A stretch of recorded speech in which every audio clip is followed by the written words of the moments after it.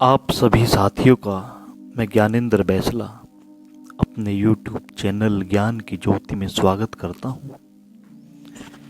आज अमृत का द्वार इस विषय पर कुछ बातें। एक बिशप था जर्मनी में, पूरा नाम था बिशप राइट। वह एक विश्वविद्यालय में प्रवचन करने गया। वहां बोलते समय उसने कहा कि दुनिया का जितना विकास होना था वह हो चुका है। अब कोई संभावना विकास की मालूम नहीं पड़ती। आदमी करीब करीब ऐसे ही जिए चला जाएगा। विज्ञान को जो खोजें करनी थी वे लगभग पूरी हो चुकी हैं। अब कुछ समझ में नहीं आता कि और खोज क्या हो सकती है। एक आदमी उस सभा में उठकर खड़ा हो गया और उसने कहा कि ऐसा मत कहिए, बहुत बातें हो सकती हैं, क्योंकि आदमी के अतीत से आदमी का भविष्य बहुत बड़ा है। अतीत बहुत छोटा है, भविष्य बहुत बड़ा है। आप ऐसा मत कहिए कि अब कुछ भी नहीं हो सकता। उस बिशप ने टेबल ठोक कर कहा कि मैं कहता हूं अब कुछ भी नहीं हो सकता। तुम सुझाओ कि क्या हो सकता है, क्या संभावनाएं हैं। तो उस आदमी ने झिझकते हुए कहा कि आदमी अभी आकाश में नहीं उड़ता, शायद कल हो सकता है कि वह आकाश में उड़ने लगे। तब तक हवाई जहाज नहीं बने थे। वह बिशप राइट हंसने लगा और उसने कहा, तुम पागल हो। 10,000 साल से आदमी सपने देखता है आकाश में उड़ने के, लेकिन कोई आदमी उड़ नहीं पाया अब तक। लोग कहानियां लिखते हैं आकाश में उड़ने की, लेकिन कोई आदमी उड़ नहीं पाया। कोई उड़ न सकेगा, यह संभावनाएं नहीं है।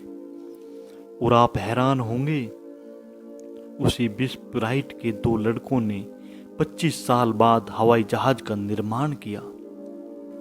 उसी बिशप राइट के 2 लड़कों ने, वह जिंदा था तब।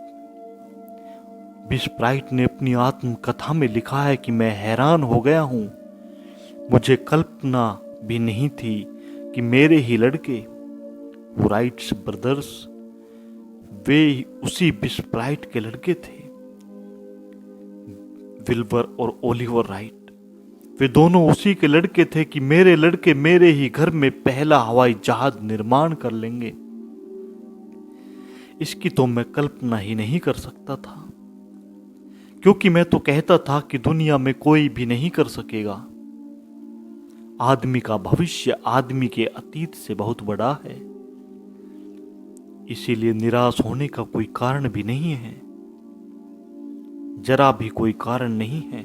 आदमी शांत हो सकता है, आदमी संतोष को उपलब्ध हो सकता है, और आदमी आनंद को भी उपलब्ध हो सकता है। दुख और चिंता और अशांति मनुष्य की नियति नहीं है, मनुष्य की भूल है। बीमारी मनुष्य की नियति नहीं है, मनुष्य का दोष है।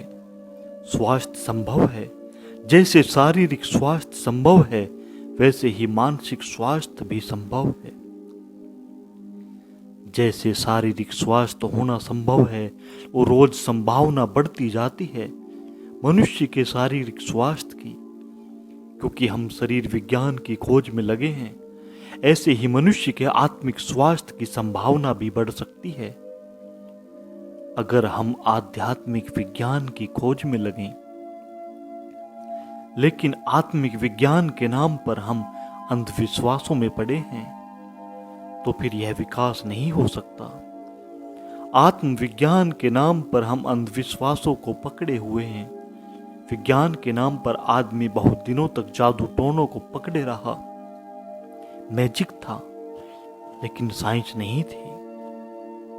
कोई आदमी बीमार हो जाए तो मंत्र फूको, हजारों साल तक मंत्र फूके गए, उससे कुछ भी नहीं हुआ, तो कोई कह सकता था कि आदमी स्वस्थ हो ही नहीं सकेगा? क्योंकि हम हजारों साल से मंत्र फूक रहे हैं लेकिन आदमी स्वस्थ नहीं होता, वह दिशा गलत थी।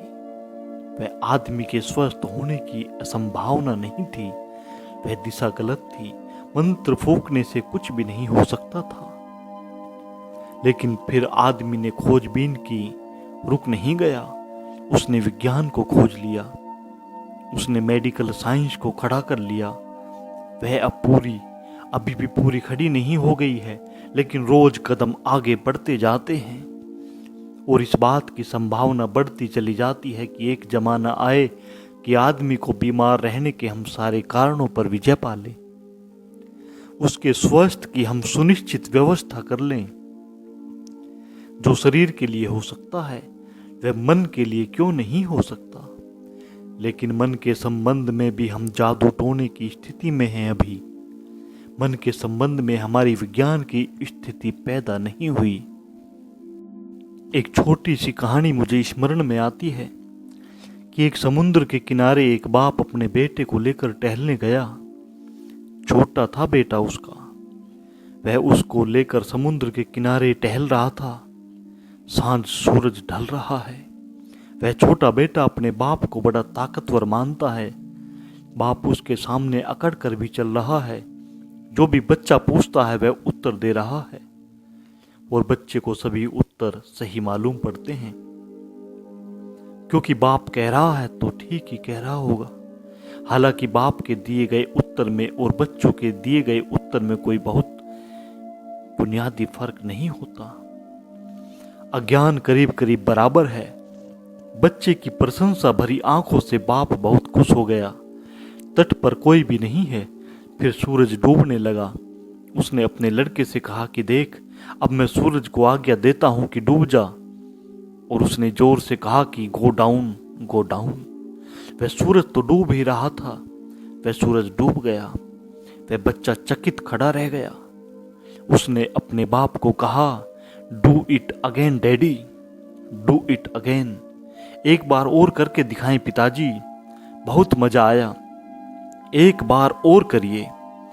उस पिता ने कहा कि यह काम दिन में एक ही बार होता है, अब कल दोबारा करूंगा।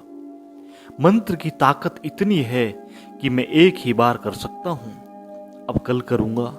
लेकिन बच्चा आज नहीं कल जवान हो जाएगा और जान लेगा यह मंत्र की ताकत से नहीं हुआ। आदमी अपने बचपन से गुजरा है जहां तक पदार्थ का संबंध है, लेकिन आदमी अपने बचपन से नहीं गुजर सका अब तक जहां तक आध्यात्म का संबंध है। आध्यात्म के संबंध में हम अभी प्रिमिटिव हैं, अभी भी आदिवासी हैं। विज्ञान के संबंध में हम थोड़े विकसित हुए, पदार्थ के संबंध में हमारी जानकारी बढ़ी, लेकिन आध्यात्म के संबंध में अभी हम उतने ही आदिवासी हैं जितने 10,000 साल पहले आदमी था। क्योंकि हम आदिवासी रह गए आध्यात्म की दिशा में, क्यों हम जंगलों के निवासी हैं अब तक आध्यात्म की दिशा में? कुछ कारण हैं जिनकी वजह से यह हो गया। कुछ एक दो कारणों पर आज मैं आपसे बात करूंगा। पहली बात तो विज्ञान संदेह से विकसित हुआ और धर्म विश्वास के कारण मर गया। विज्ञान का सारा विकास हो सका डाउट के कारण, संदेह के कारण, और धर्म का विकास नहीं हो सका विश्वास के कारण, बिलीफ के कारण। और धर्म का विकास नहीं हो सकेगा कभी भी अगर वह विश्वास से ही बंधा रह गया तो। विश्वास का मतलब ही होता है विकास, नहीं विश्वास के आगे जाने के लिए कोई गति नहीं है। विश्वास गोल चक्कर है जिसमें आप घूम सकते हैं लेकिन आगे नहीं जा सकते। विश्वास कोल्हू के बैल की तरह है, चक्कर लगाता रहता है, लगाता रहता है। आज के लिए बस इतना ही। आप सभी ने मेरी इन बातों को इतने प्रेम से सुना, उसके लिए बहुत बहुत धन्यवाद। आगे भी ऐसी ही अमृत के द्वार की ज्ञान चर्चा पर हम बात करेंगे। सुनने के लिए चैनल को सब्सक्राइब, लाइक और शेयर जरूर करें। धन्यवाद।